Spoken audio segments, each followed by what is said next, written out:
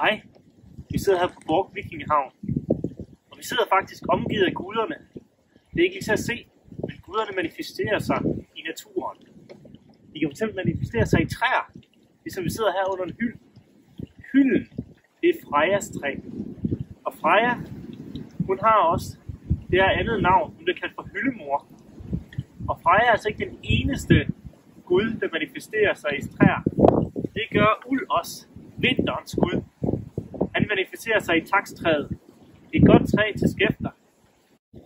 Men taks og hyld er altså ikke de eneste træer, der har noget med guderne at gøre. Det har ask også. Ask, det er jo livstræets yggdrasil.